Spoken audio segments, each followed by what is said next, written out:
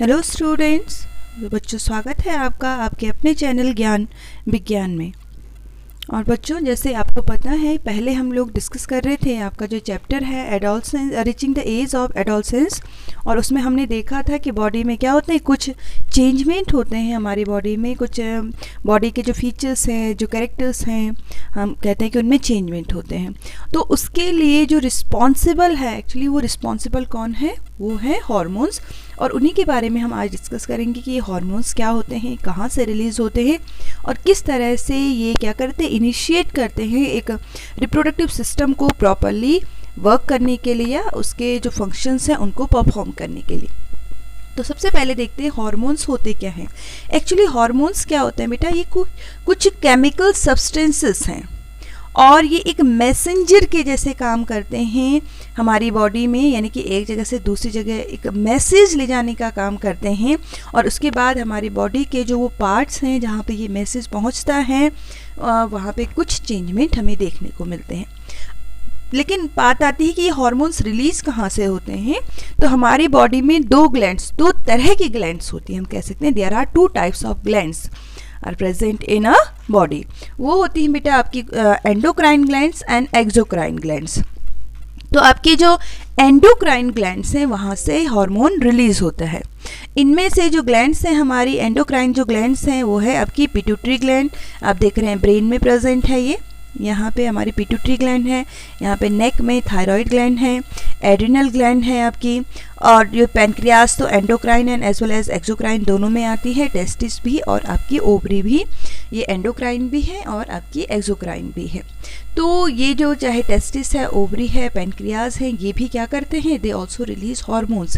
ये भी कुछ हार्मोन्स को रिलीज़ करते हैं और उसकी वजह से हमारी बॉडी में बहुत सारे चेंजमेंट होते हैं। तो मेनली हम लोग यहाँ पे सेक्सुअल कैरेक्टरिस्टिक्स की बात कर रहे हैं। तो बॉडी में जो सेक्सुअल कैरेक्टरिस्टिक्स हैं जिनकी वजह से बॉडी में चेंजमेंट होता है, उसके लिए कौन सी ग्लैंड रिस्पॉन्सिबल है। अगर हम मेल की बात करते हैं तो मेल में टेस्टिस ग्लैंड रिस्पॉन्सिबल है और फीमेल में ओवरी जो होती हैं वो रिस्पॉन्सिबल होती हैं चेंजमेंट के लिए। कैसे, जो टेस्टिस है बच्चों, ये टेस्टोस्टेरोन हार्मोन रिलीज़ करता है मेल बॉडी में, और जो ओवरीज हैं वो क्या रिलीज़ करती हैं, आपका एस्ट्रोजन हार्मोन बनाती हैं, जिसकी वजह से फीमेल बॉडी में जो चेंजमेंट हैं या हम कहेंगे जो सेकेंडरी सेक्सुअल कैरेक्टरिस्टिक्स हैं वो डेवलप होते हैं। तो ये तो बात हो गई हार्मोन्स के बारे में। अब देखिए, ये हमारी बॉडी का पूरा एंडोक्राइन सिस्टम है। जैसे आपको दिख रहा है हमारी पूरी बॉडी में ये एंडोक्राइन सिस्टम है, यानी कि ये डिफरेंट टाइप्स की ग्लैंड है। इनमें आप देखेंगे हाइपोथैलेमस ग्लैंड है, पिट्यूटरी है आपकी, पीनियल ग्लैंड है आपकी, थायराइड है, पैराथायराइड है, थाइमस है, ओवरीज, टेस्टिस, ठीक है, पैनक्रियाज होगी, एड्रिनल ग्लैंड होगी। ये सारी क्या हैं, this all are the glands और we can say endocrine glands हैं हमारी बॉडी में। और सेक्सुअल कैरेक्टरिस्टिक्स के लिए हमने कहा, फीमेल बॉडी में आप लोगों ने जब फीमेल रिप्रोडक्टिव सिस्टम पढ़ा था बच्चों, तो आपने पढ़ा था देयर आर 2 ओवरी, फीमेल में 2 ओवरी प्रेजेंट होती हैं, ठीक है, ये यहाँ पे। और यहाँ से एस्ट्रोजन हार्मोन रिलीज़ होता है और इन्हीं ओवरीज में क्या प्रेजेंट होते हैं, आपके एग्स प्रेजेंट होते हैं। और मेल बॉडी में अगर आपको याद हो तो आप लोगों ने टेस्टिस पढ़ा था कि देयर आर 2 टेस्टिस, मेल में 2 टेस्टिस प्रेजेंट होते हैं। ये आपके ये 2 टेस्टिस होते हैं मेल में प्रेजेंट और यहाँ से टेस्टोस्टेरोन हार्मोन जो है वो फॉर्म होता है। अब देखिए बेटा, हार्मोन हमने कहा कि क्या रोल प्ले करता है, तो ये क्या करता है, रिप्रोडक्टिव जो ये हार्मोन्स हैं, यानी कि टेस्टोस्टेरोन मेल में और आपका एस्ट्रोजन हार्मोन फीमेल में, ये हमने कहा ये रिस्पॉन्सिबल है किस चीज़ के लिए, सेकेंडरी सेक्सुअल कैरेक्टरिस्टिक्स के डेवलपमेंट के लिए। तो अगर हम मेल में बात करते हैं, मेल बॉडी में टेस्टोस्टेरोन हार्मोन क्या रोल प्लेस करता है, तो सेकेंडरी सेक्सुअल कैरेक्टरिस्टिक्स अगर आपको याद हो, लास्ट वीडियो में हमने डिस्कस किया था, इसमें क्या हो जाता है, जो बॉयज़ हैं उनकी जो वॉइस है वो डीपर हो जाती है। क्यों डीपर हो जाती है, क्योंकि प्यूबर्टी की एज में उनका जो वॉइस बॉक्स है, लैरिंक्स जिसे हम कहते हैं, उसमें ग्रोथ हो जाती है। उनकी बॉडी में या फेस में हम कहेंगे फेशियल हेयर्स ग्रो करते हैं मुस्टेच एंड बियर्ड की फॉर्म में, शोल्डर्स बड़े हो जाते हैं उनके, ठीक है, ब्रॉड हो जाते हैं, चेस्ट ब्रॉड हो जाती है, एडम सेपल डेवलप हो जाता है और मसल्स फॉर्म हो जाती, मोर मसल्स हम कह सकते हैं।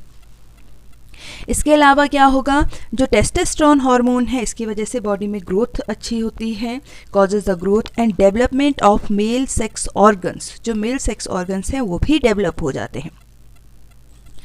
अब फीमेल बॉडी की अगर हम बात करें तो फीमेल बॉडी में जो हार्मोन है वो हमने कहा एस्ट्रोजन हार्मोन है, जो कहाँ से रिलीज होता है बेटा, ओवरी से रिलीज होता है। तो जो एस्ट्रोजन हार्मोन है वो हमने कहा कहाँ से रिलीज हो रहा है, ओवरी से रिलीज हो रहा है। और इसके क्या फंक्शन होते हैं फीमेल बॉडी में, एस्ट्रोजन की वजह से क्या होगा, फीमेल की जो बॉडी है उसमें ग्रोथ अच्छी होगी, ठीक है, और जो वॉइस है वो श्रिल हो जाती है, उनकी हाई पिच की होती है, ब्रेस्ट में डेवलपमेंट होता है और जो हिप्स हैं वो काफ़ी ब्रॉड हो जाते हैं।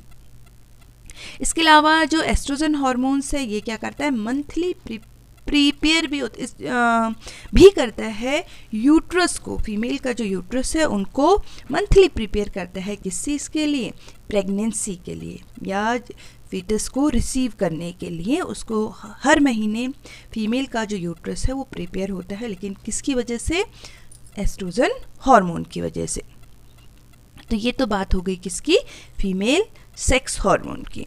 अब देखिए बेटा आगे अगर हम बात करें तो जो रिप्रोडक्टिव फेज क्या है, जब ये हार्मोन रिलीज होने लगते हैं मेल बॉडी में या फीमेल बॉडी में, तो हम कहेंगे कि क्या हो जाती, एक तरह से जो एडोलसेंस की जो एज है उसके बाद जो है बच्चे जो है या जो चाहे गर्ल है बॉय है वो कैपेबल हो जाते हैं रिप्रोडक्शन के लिए।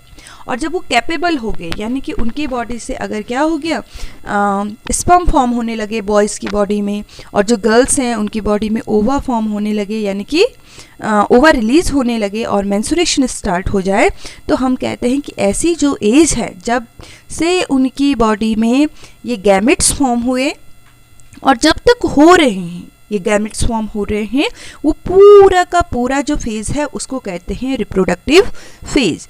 और अगर हम फीमेल बॉडी की बात करें बेटा, इन फीमेल्स और women the reproductive phase of life begins at puberty, puberty की एज में शुरू हो जाता है लगभग 10 to 12 ईयर्स की एज में, और जनरली जो ये लास्ट होता है till the age of approximately 45 to 50 years तक, यानी कि जब तक उनका मेंस्ट्रुएशन हो रहा है, कंटिन्यूसली हो रहा है, तो तब तक ये जो फेज़ है वो कंटिन्यू रहेगी। लेकिन जिस दिन उनका मेंस्ट्रुएशन स्टॉप हो जाएगा, रुक जाएगा, यानी कि मेनोपॉज हो जाएगा, तो उसके बाद वो क्या होती हैं, कैपेबल नहीं रहती हैं रिप्रोडक्शन के लिए, वो रिप्रोड्यूस नहीं कर सकती हैं, यंग वंस को प्रोड्यूस नहीं कर सकती हैं। तो हम कहेंगे कि उनका जो रिप्रोडक्टिव फेज़ है इतना ही है, यहीं पे ख़त्म हो गया। बट अगर हम बॉयज़ में बात करते हैं या मेल बॉडी में बात करते हैं, तो मेल बॉडी में क्या होता है बच्चों, अगर एक बारी स्पर्म का फॉर्मेशन शुरू हो गया तो लाइफ टाइम उनकी बॉडी में स्पर्म फॉर्म होते रहते हैं। हम कह सकते हैं कि जो मेल हैं उनकी बॉडी में लाइफ टाइम गैमेट्स फॉर्म होते रहते हैं, मेल गैमेट्स बनते रहते हैं। तो यूजुअली जो उनका रिप्रोडक्टिव फेज़ है वो क्या रहता है, last through out the life, पूरी लाइफ बनी रहती है, यानी कि उनकी जो बॉडी है उनकी बॉडी में कैपेसिटी है टू प्रोड्यूस मेल गैमेट्स और वी कैन से स्पर्म। तो इसलिए उनकी जो बॉडी में क्या है, रिप्रोडक्टिव फेज़ है वो पूरी लाइफ टाइम बनी रहेगी। अब देखिए बेटा, हम लोगों ने अभी बात की मेंस्ट्रुएशन साइकिल के बारे में, मेंस्ट्रुएशन के बारे में, कि फीमेल बॉडी में या जो गर्ल बॉडी है उसमें जो मेंस्ट्रुएशन जब स्टार्ट हो जाता है तब से लेके और जब तक मेंस्ट्रुएशन हो रहा है उन्हें, यानी कि 50 एज तक, 45 से 50, 51 की एज तक जब तक हो रहा है, तो वो उनकी रिप्रोडक्टिव फेज़ है। तो मेंस्ट्रुएशन जब मेंस्ट्रुएशन स्टार्ट होता है किसी गर्ल को, तो उसे क्या कहते हैं, that is called the menarche उसे हम कहते हैं। और जब ख़त्म हो जाता है, यानी कि जब 45-50 की एज में वो पहुंच जाती हैं, तो उसे हम क्या कहते हैं, वो एक परमानेंट स्टॉपेज हो जाता है मेंस्ट्रुएशन का, तो उसे कहते हैं मेनोपॉज से हम कहते हैं। अब देखिए जो ये मेंस्ट्रुएशन है इसमें होता क्या है, मेंस्ट्रुएशन का मीनिंग होता है the bleeding from the uterus which occurs in a woman every month. Menstruation में क्या होता है, फीमेल जो बॉडी है वहाँ से ब्लीडिंग होती है हर महीने, ठीक है, एग रिलीज़ होता है हर महीने, और इस मेंस्ट्रुअल फ्लो को ही हम ये क्या कहते हैं, मेंस्ट्रुएशन इसे हम कहते हैं। ये मैंने पिछले भी वीडियो बनाई है रिप्रोडक्टिव सिस्टम में, तो उसमें भी इसको अच्छे से एक्सप्लेन किया है। ये लगभग अलग अलग जो बॉडी है उनमें अलग अलग होती है। किसी में 28 to 30 डेज़ की साइकिल चलती है ओव्यूलेशन जब होता है उनका, किसी में 28 हो सकता है, किसी में 35 डेज़ की भी साइकिल चलती है। और जो ये मेंसेस होते हैं लगभग ये कितना टाइम रहते हैं, 3 to 5 days in a month किसी भी गर्ल में। तो ये तो बात हो गई बेटा मेंस्ट्रुएशन साइकिल की। और अगर हमें डेफिनेशन देनी हो मेंस्ट्रुएशन साइकिल की, ये क्या है? It is the process of ovulation and menstruation in women is called the menstrual cycle. Cycle का मीनिंग है बार बार आना, मेंस्ट्रुअल यानी कि मंथ में जो है, मंथ में एक बार आना, इसीलिए इसको मेंस्ट्रुअल साइकिल कहते हैं और शॉर्ट में MC से हम कहते हैं। ठीक है, तो ये तो बात हो गई मेंस्ट्रुएशन साइकिल की। अब देखिए बेटा, जो हमारी बॉडी में क्रोमोसोम्स होते हैं, अगर आप लोगों को सेल चैप्टर याद हो या ये याद नहीं है तो पीछे उससे पहले रिप्रोडक्शन चैप्टर जो हमने पढ़ा है उसमें अगर आपको पता हो, तो हमने कहा था कि हमारी जो बॉडी सेल्स हैं, अब बनी ही बॉडी पूरी हमारी सेल से हैं, ठीक है। तो हम बॉडी की किसी भी पार्ट की अगर सेल उठाएं तो उसमें हमारे सेल में क्रोमोसोम्स होते हैं 23 पेयर्स बॉडी सेल में, हाँ, या हम कह सकते हैं 46 क्रोमोसोम्स होते हैं। बट अगर हम सेक्स सेल्स की बात करते हैं बच्चों, सेक्स सेल्स यानी कि अगर हम बात कर रहे हैं स्पर्म की और एग की बात करते हैं, तो वहाँ पे सिर्फ 23 ही क्रोमोसोम्स प्रेजेंट होते हैं, half number of chromosomes present होते हैं, ठीक है। और अगर हम लोग बात करते हैं अपनी बॉडी सेल्स की बात करते हैं, तो वहाँ पे उनके जो क्रोमोसोम्स हैं ना, सब में एक जैसे ही होते हैं, एक जैसे दिखते हैं। बट हमारे जो सेक्स क्रोमोसोम हैं, फीमेल में तो दोनों ये एक जैसे होंगे क्योंकि क्रोमोसोम्स हमेशा पेयर में होते हैं। बट जो बॉयज़ होते हैं उनमें अगर आप क्रोमोसोम देखेंगे, एक का साइज़ बड़ा है, एक का छोटा है, ठीक है। तो जो मेल बॉडी में जो क्रोमोसोम है, यानी कि बॉयज़ में जो क्रोमोसोम है, इनमें एक क्रोमोसोम होता है X और होता है Y। लेकिन फीमेल जो बॉडी है बेटा, उनमें जो क्रोमोसोम्स होते हैं वो कौन से होते हैं? XX chromosome. यानी कि फीमेल के हर एक एग में कैसा क्रोमोसोम होगा? X क्रोमोसोम होगा। लेकिन जो मेल हैं, अगर हम उनकी बात करते हैं, उनका जो स्पर्म है, जितने भी उनके स्पर्म्स हैं, उनके हर एक स्पर्म में जितने भी स्पर्म हैं, तो किसी स्पर्म में X क्रोमोसोम हो सकता है और किसी में क्या हो सकता है? Y क्रोमोसोम भी हो सकता है, ठीक है। तो इसीलिए जो बॉयज़ हैं उनकी बॉडी, उनका जो क्रोमोसोम है आप देख रहे हैं, अपने स्क्रीन पे देख पा रहे हैं, ये हेटेरोट्रॉप्स है या एक जैसे नहीं है। अब देखिए, यही जो क्रोमोसोम्स हैं ये रोल प्ले करते हैं बच्चों किसमें? सेक्स डिटर्मिनेशन में। सेक्स डिटर्मिनेशन आप समझ सकते हैं कि होने वाला बच्चा बॉय होगा या गर्ल होगा, ये डिपेंड करता है किसमें? हमारे क्रोमोसोम्स पे। किस तरह से देखते हैं?